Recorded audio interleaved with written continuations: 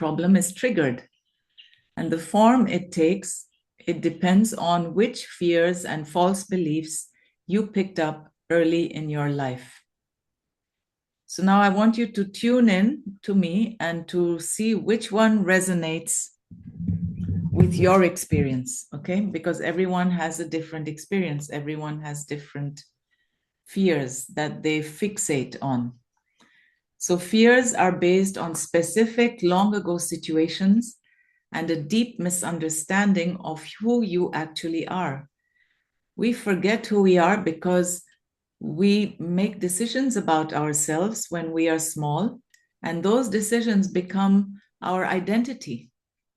But who you actually are is limitless spirit being, right? In a human experience.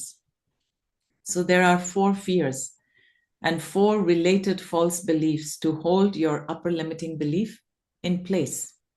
So the hidden barrier number 1,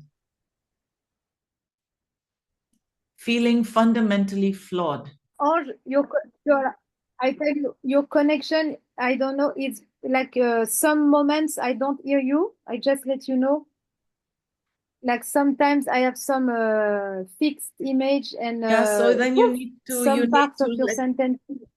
let me know, okay? So let's say hidden So barrier now number 1 okay.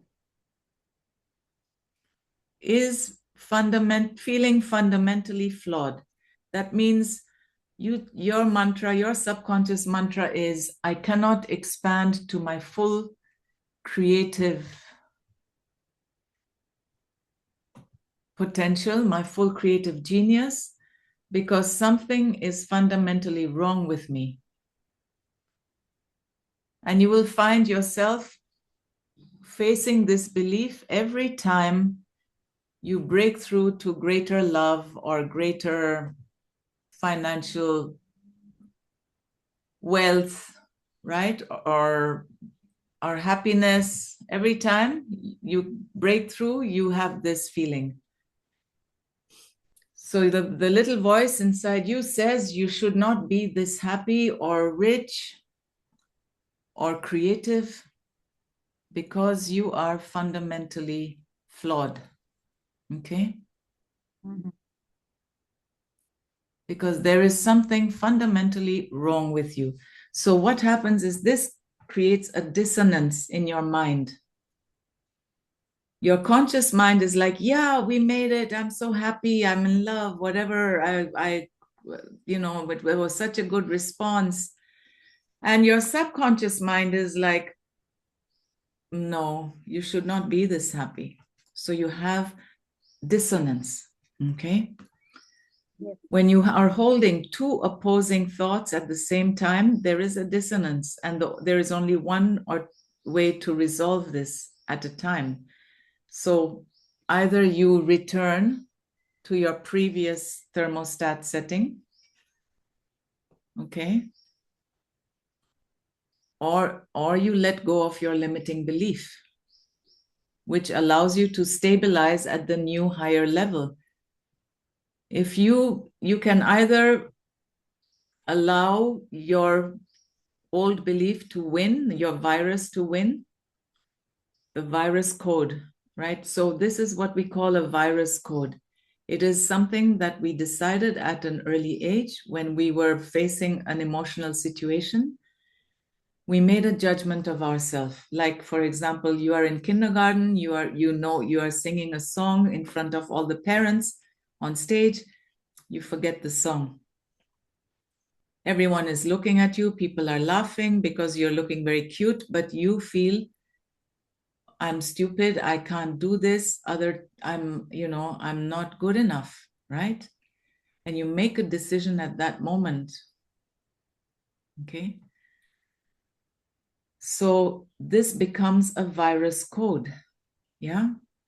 So the best way is to shine the light of your awareness on this thought that you are fundamentally flawed, and you label it as a virus code. You say, this is a virus code. The other way, of course, is that you can pull away from your success, pull back, not challenge the false belief, And when you do this, you move right back into the zone that you're familiar with. The virus wins, you lose. How many times do we do that? Yeah. Barrier number 2, disloyalty and abandonment.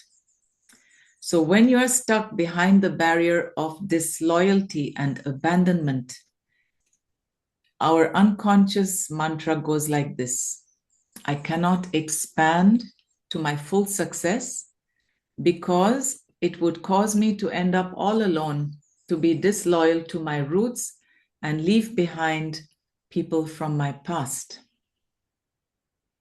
Now, here are 2 questions that can help you discover if you have this barrier also, right? 1 question: did I break the family's unspoken or spoken rules to get where I am today? The second question: even though I am successful, did I fail to meet the family's expectation, the expectations that my parents had of me? Did I fail to meet their expectation? If your answer is yes to either of these questions, you are likely to feel on a deep, unconscious level that your quest for a better life on your own terms has come at the cost of leaving behind your roots and being disloyal to those who loved you. Okay? Mm-hmm. So then the guilt that you feel makes you put on the brakes, holding yourself back from ultimate success. And also it stops you from enjoying the success you already have. So what do? You follow bouts of success with bouts of self-punishment. You're successful, then you punish yourself. You're successful, how do you punish yourself? You have an accident, you get hurt, you get sick. Okay? Hidden barrier number 3. Believing that more success brings a bigger burden. An old belief that you are a burden can hold you back from expanding to your full capacity for success and enjoyment. The mantra for this belief goes like this: I can't expand to my highest potential because I would be an even bigger burden than I am now. So, Caroline, I have to tell you, this belief is one of my number 1 barriers, because when I was born, when I made my appearance in the world, I was greeted with 2 big mixed messages, okay?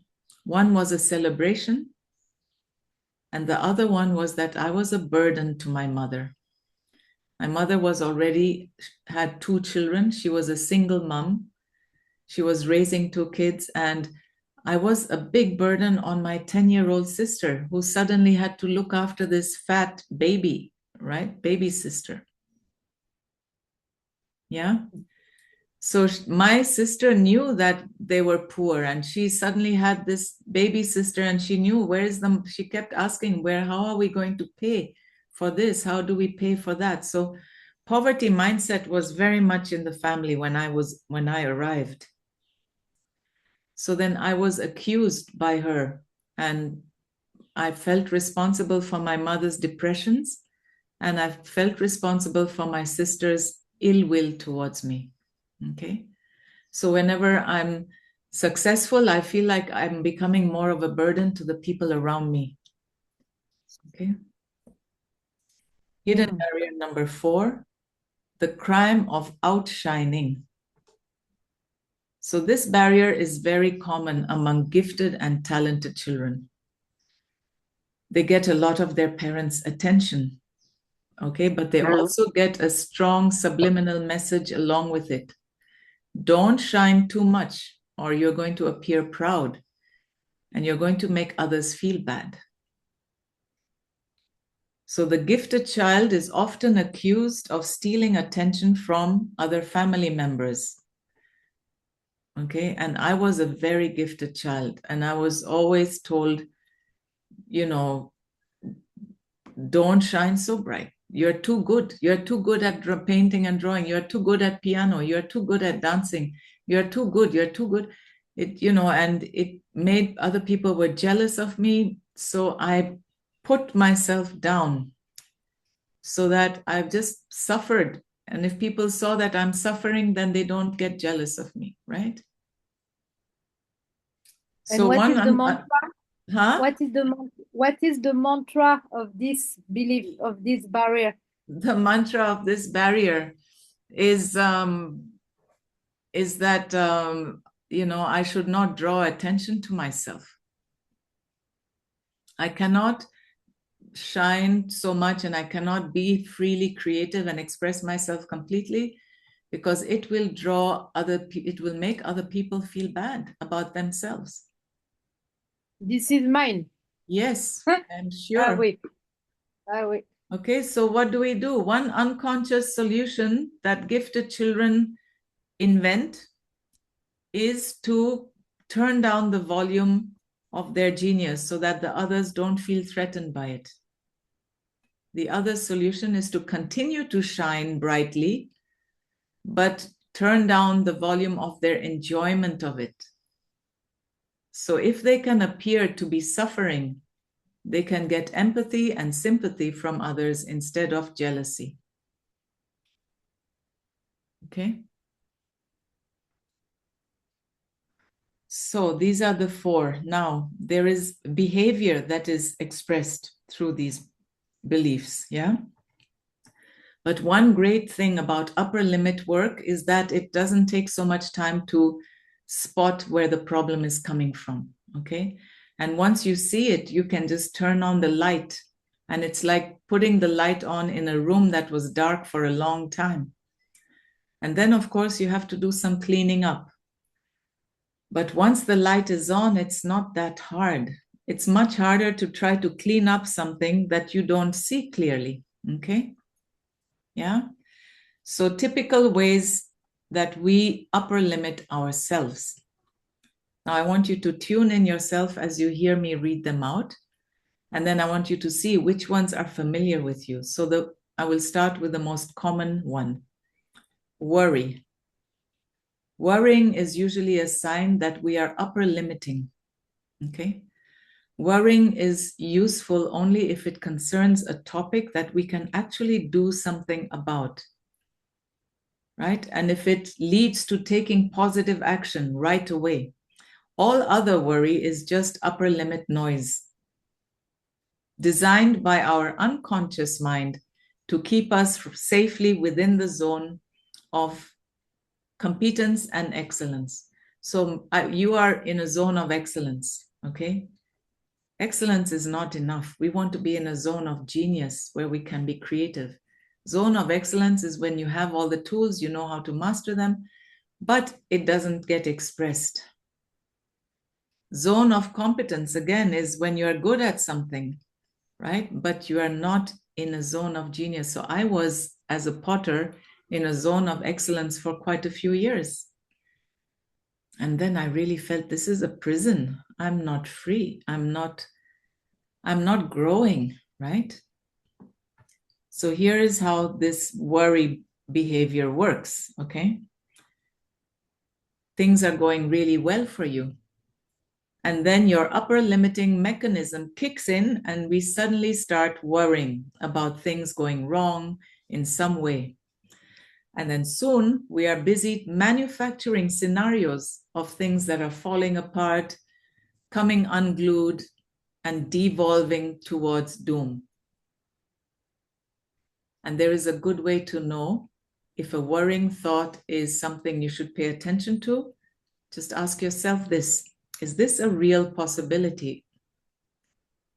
Second question, is there any action I can take right now to make a positive difference?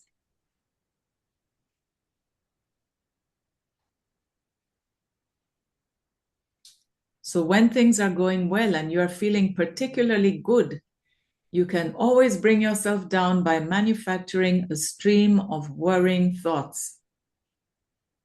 Okay? Once you have brought yourself down by worrying, it's very tempting then to inflict those worrying thoughts on others. We seem to have an almost uncontrollable urge to criticize someone who is not worrying with us until they also jump into the stream of negativity with us. And this way, we break the flow of positive energy in our life. Right? So it is very, very humbling to realize that your worries are there just to make you miserable. And even more humbling to realize that you are the person with the finger pressed on the misery button. Okay? So why are we so ready to be miserable? Because science told us that it took us a very long time from the fish, our fish ancestors, to start walking on land. It took us millions of years. Now we're doing the inner equivalent of evolution. We're learning to let ourselves enjoy love, enjoy abundance, and other forms of positive energy without sabotaging ourselves. Self-sabotage was a method to keep us alive, to survive. Okay? Because the other humans on this planet who went like, la, la, la, life is beautiful, they got eaten by a tiger. Okay? But we who are scared, staying with the tribe, keeping our, remembering, being afraid of pain, being afraid of loss, we survived because of that. Yeah. But now our world has changed. We have evolved. And our consciousness is evolving. And now we need to move out of this expectation of doom and gloom and bad things are going to happen. We need to move into, I enjoy life, I enjoy love, I'm enjoying my abundance and all positive forms of energy. I have the right to be happy from morning till I fall asleep and again the next morning. Yeah. Okay. And then what do? You have to be patient with yourself because you are going against millions of years, hundreds of thousands of years of programming. We're going against our natural form of existence, which is fear of change, which is fear of everything we don't know, which is fear, doubt, fear. Okay? So be patient with yourself and pat yourself on the back when you have moments of good fortune and savoring. Yeah. Then the next way we behave, it shows itself, our upper limiting belief, is criticism and blame. Criticism and blame is another upper limit behavior. Self-criticizing, criticizing others are one and the same. In other words, self-blame is part of the same upper limit belief pattern as blaming somebody else. Chronic criticism and chronic blame are the behaviors we really need to eliminate. Criticism and blame are addictions, and they are very costly addictions because they are the number one destroyers of intimacy in close relationships. Yes. You will often hear someone who broke up with their partner saying, I grew so tired of the constant stream of criticism and blame. Deflection is the next one. Deflection. What is deflection? It is when you receive a compliment or you have a happy time and you say, oh no, this is not for me. I'm not interested in, I only want my art. I don't care about love and joy and enjoying myself, right? Deflection. Deflection keeps the positive energy from landing, from being received, and from being acknowledged. Okay. The next one is squabbling, arguing. How do you spell it? Huh? Squabbling. Squabbling. No, it's the first time I hear this word, but I will look after. It's Squabbling. arguments. It's like arguing. Argumentation. Yes. Okay, just 1 second. I'm going to give me a second. All right, so arguments. Arguments are one of the most common ways of bringing yourself down when you hit your upper limit. When things are going really well, okay, you can block the flow of positive energy very quickly by starting a conflict. And then the conflict develops a life of its own. And sometimes it can last for hours, for days, even for years. So once you figure out that arguments are an upper limit symptom, you can drastically reduce the number of conflicts that you have with your partner or with others. You can then rechannel all of that wasted argument energy into creative energy. Okay, so why do arguments happen? Why do arguments happen? Arguments are caused by two people or two countries racing to occupy the victim position in the relationship. Person A claims to be in the victim position. Okay, person A says, "Why are you doing this to me?" And then tries to get person B to agree with that assessment. Of course, the answer is never, "Wow, thanks for pointing that out. I agree completely. It is clear that I'm the perpetrator and you are the victim and your misery is my fault." We never have that as an answer, okay? More likely it is, "What? I'm making you miserable? I'm the one who is the victim here. It's your fault, not mine. I have been putting up with your complaining for so long. I should be getting a prize for martyrdom, to be a martyr." Okay? Once the race for the victim position is started, each person tries to find a way to out-victim the other person. This is so ridiculous, and you have an escalation. However, when people step out of their victim position and take 100% responsibility, 100% responsibility, their marriage and their business flourishes, okay? Next, getting sick, getting hurt is another behavior that we have when we hit our upper limit. When things are going well, some of us have a pattern that is pure upper limit problem. We get sick or we get hurt. And to find out if this is one of your behaviors, examine your past pains and your past illnesses and your suffering. Look at it from the view that maybe this is a potential upper limit symptom. And you may find that you can be much healthier than you ever imagined. Okay? So the 3 P's that can help you identify the real driving force behind many of the illnesses that we get and accidents. P1, punishment. P2, prevention. P3, protection. Okay. Then another upper limiting behavior that shows up is called integrity breach. Integrity breach, what does that mean?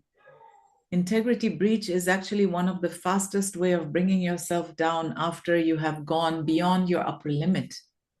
And the most popular integrity breaches are lies, broken agreements, and withheld truths, truths that we don't speak out. Okay. If you think of integrity as a physics issue instead of a moral issue, you will see that it belongs into the category of forces, unarguable forces like gravity. Think of communication between people as being a flow of energy, okay?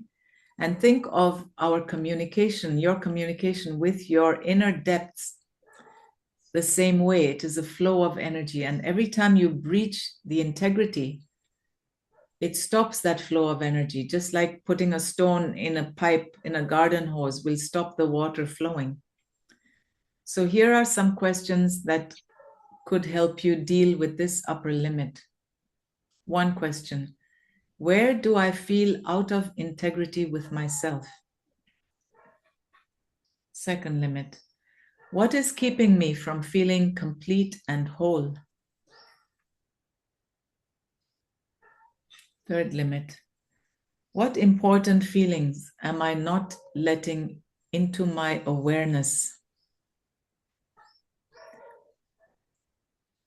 What important feelings am I not letting into my awareness?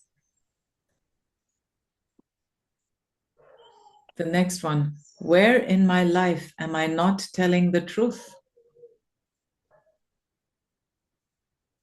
The next one: where in my life have I not kept my promises?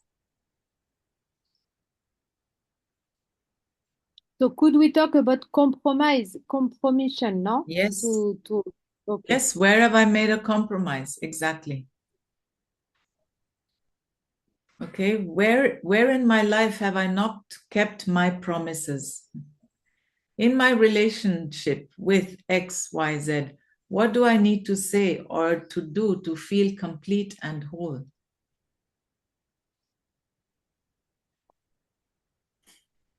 Questions like this will lift you out of your limiting story that you have been living in. So all of us have a story about why we don't access our genius. And whatever your story is, first you need to find it. You need to identify your family story of why you should not access your genius, why you should not shine brighter than any star did before you. Okay. Next, you need to release your fascination with it. Okay, don't give yourself a hard time for being fascinated with it.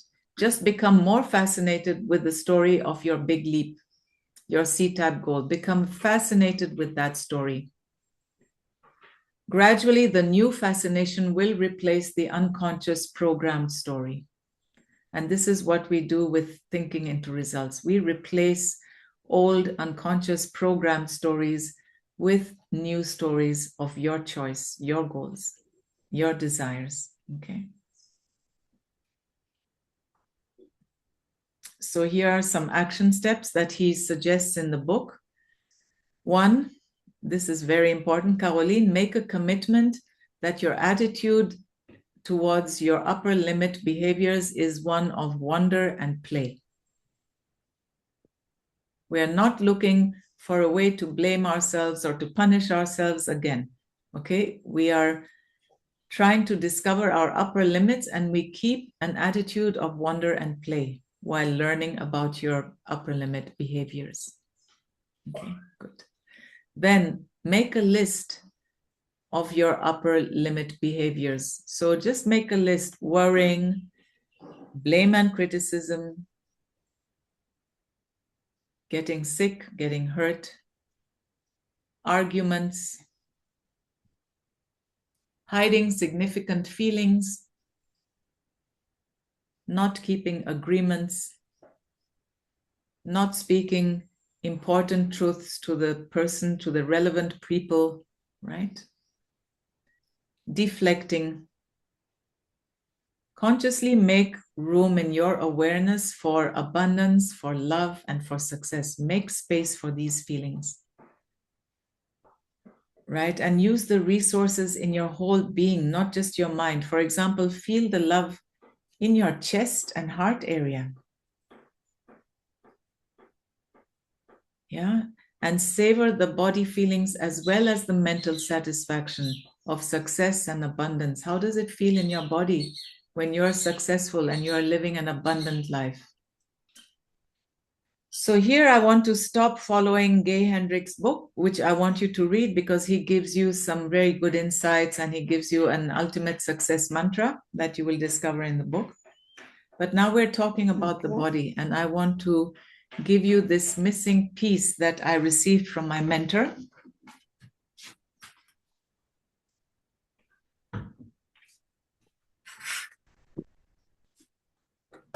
I received this piece from one of our Proctor Gallagher mentors, who is advanced, who has been doing this for many years.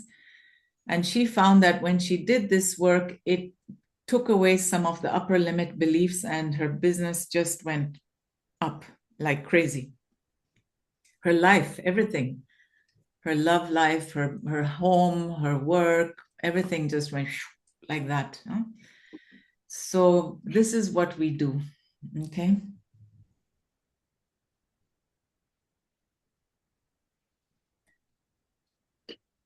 And, you know, I want you to understand that we always live from our circumstances and conditions until we start entering this new way of thinking.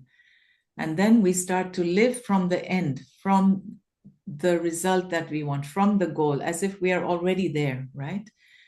And then we can create effortlessly. So this thing I'm going to show you is so simplistic. And sometimes this simple thing stops you from applying it, right? So what we have to do is we need to at first identify our upper limiting belief, okay? And I'm going to demonstrate how you change the upper limiting belief and also the upper limiting behavior, right? And then I want you to take this information and to go and to use it.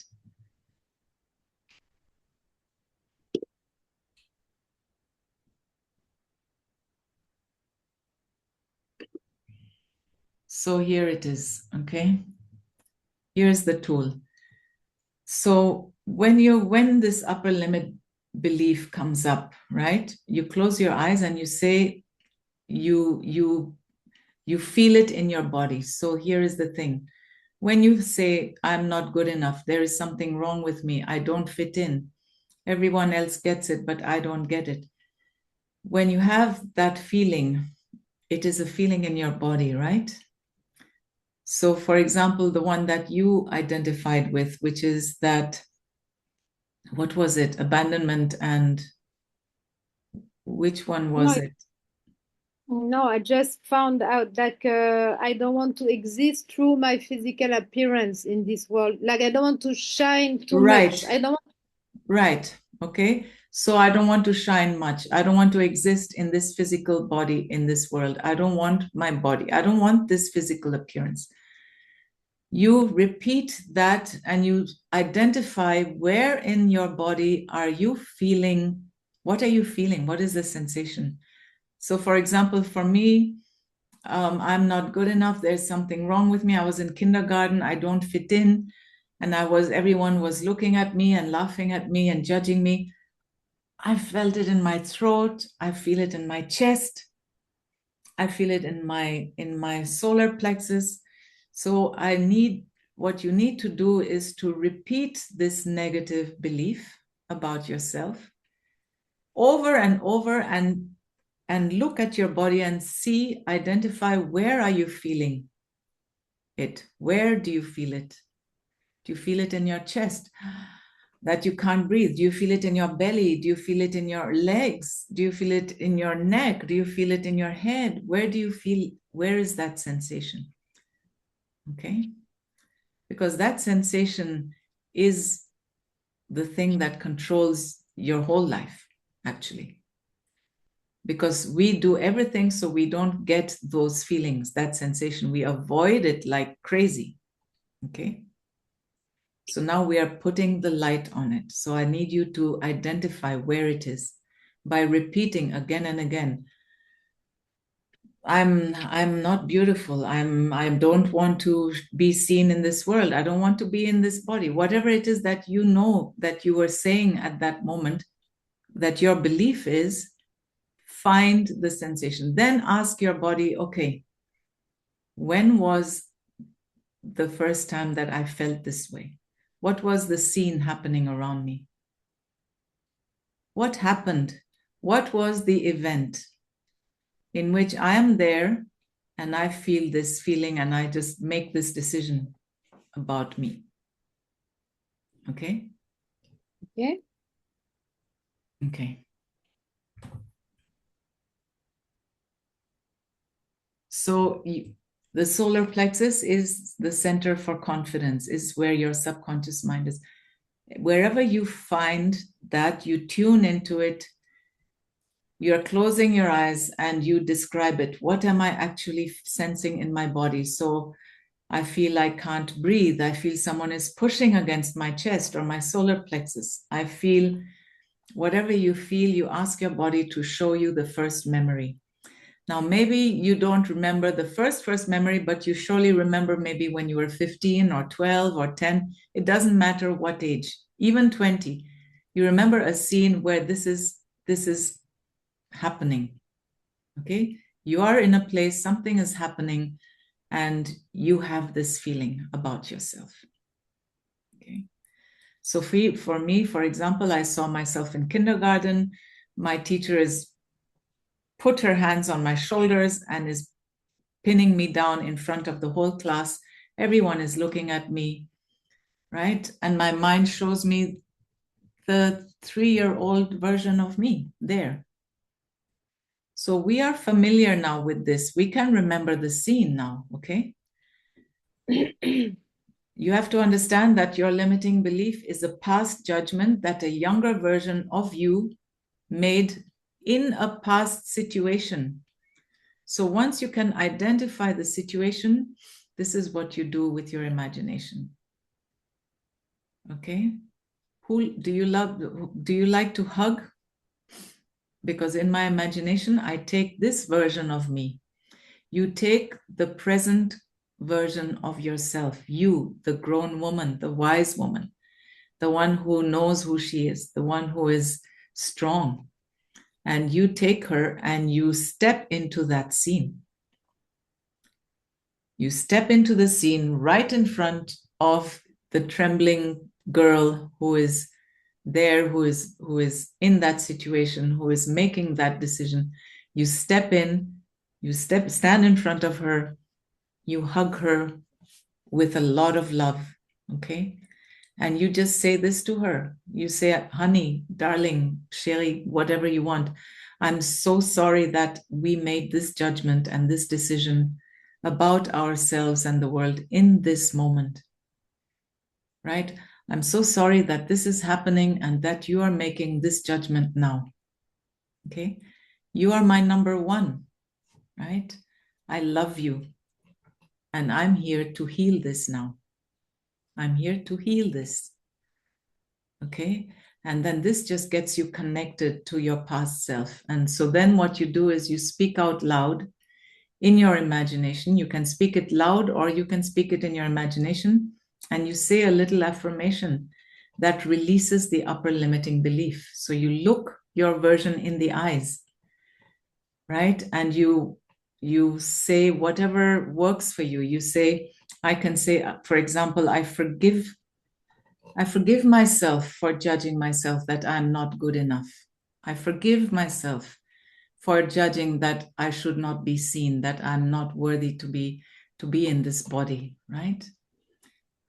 I forgive myself for judging myself that I should not be seen in this body, that I don't want to exist in this material form. And you repeat it, I forgive myself, and you keep repeating it. And you look your 3-year-old or your 5-year-old in the eyes, or your 12-year-old or your 15-year-old, you look her in the eyes until you feel, and you repeat this until you feel the pressure in your body starting to get released. You are my number one. I love you. I'm here to heal this. And I forgive myself for making this judgment about myself that I'm not good enough.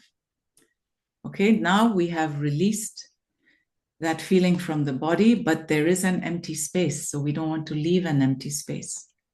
We go back and we fill that empty spot with an affirmation. The truth is, okay? So you change your old belief into what you want to believe, right? And you can change your past like this, Caroline. You say, the truth is, you say it into her eyes, the truth is that I am more than enough by the nature of who I am. I am infinite spiritual being. Why the hell would I not be more than enough? So the truth is that I am more than enough. The truth is that I am more than enough, regardless of my performance, regardless of what is happening here. Can you see how this belief could play out in the future? So the truth is that I'm more than enough by the nature of who I am. Okay? The truth is that I'm more than enough, regardless of my performance. The truth is that I am beautiful. The truth is that I am perfect and I have the most lovely little body in the world. And, I can do anything and I can even be better than others if I want to. Okay? The truth is, and you keep repeating this truth until you feel your body, you say whatever she needs to hear. And until you feel the bliss in your body, like a feeling of peace, a feeling of joy. It's a feeling of unconditional love. And this beautiful, warm feeling is in your body now. And you know what happens then? You have changed your belief. It's gone. It's gone out of the cells of your body. It's gone, okay? So you have not just released your upper limiting belief, but you also changed it into a beautiful truth that will from now on drive your behavior and drive your results. So when I find something so effective, I get really excited to use it and to share it. And this tool, it took me into many past situations where I just went and I fixed things. I fixed the situation. I went in kindergarten, okay? I went into the kindergarten scene and I just grabbed myself, my 2-year-old self. I picked her up and we went to the beach and I talked to her and I told her that she's perfect. She's not stupid. She's super intelligent. So the past only exists in your memory, nowhere else. And you can enter your memory as the present version of yourself and you can rewrite it. I also went into the classroom and I spoke to my teacher and I told her how important it is that she is kind to me. And she agreed in my imagination and she changed her behavior towards me. Finished. That story is resolved.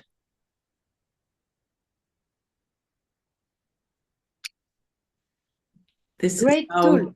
This is how you use your imagination, you use your memory, and now you understand that you are the timeless part of you, the spirit part of you, that version of you that is infinite. It can move through time. So you have a future version that you can also talk to and ask, what do I do today? And if you listen, if you learn to hear her, she will guide you. And the same way your present version can step into your past and heal your past. And I never knew I could do this. I thought what has happened. We can't do anything about it. That's bullshit. Because what has happened is only existing in your mind, nowhere else. Nowhere else. And so you can enter that situation and you can change it with what you have today, with what you know today. Okay? Thank you. I will play with this power. And for example, when I felt I was responsible for my mother, I had to fix her life and I felt I'm powerless. She would be crying and I was trying to make her feel better and I felt I want to fix it. I changed that belief into the truth that I'm not responsible to fix things for other people. I'm only responsible for my results. And I'm so powerful because my thoughts, my feelings, and my actions co-create with the universe. And I tell you what happened as a result of changing that belief. My heart condition is improved. I had a heart problem because my mom had a heart problem. And I wanted to help her always, no? You release yourself from that. You heal yourself. So I would advise you, if you have a chronic condition of pain in any part of the body, I want you to ask your body to show you the first scene in your life where you created this. Because your mind created a judgment about the world, about yourself, and it created this belief, and the belief is fixed, got fixed in your subconscious mind, and your subconscious mind is in every cell of your body.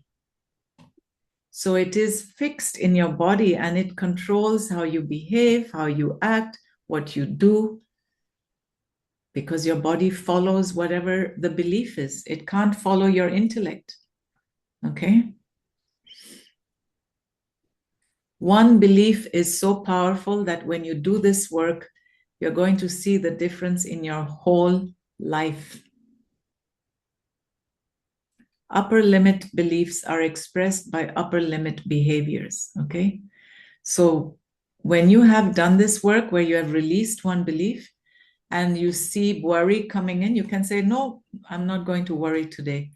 Oh, I want to get into an argument because I'm too happy. No, I'm not going to argue today. I'm just going to enjoy my life. You can say no to the behavior because on the root level, on the cellular level, you have released it and replaced it with a new belief. What a powerful tool that is. Yes. Yeah.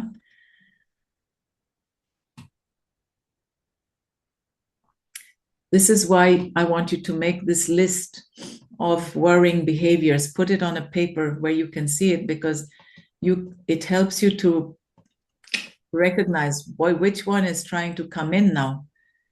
Yeah, you're super happy. Which one is coming in? Is it the worry? Is it the argument? Is it the deflection? It shouldn't be for me. Yeah. Okay. Good. Thank you. It's very rich and many things to do. So yes, I will. And also I'm glad I recorded this now, so I can actually use this recording for other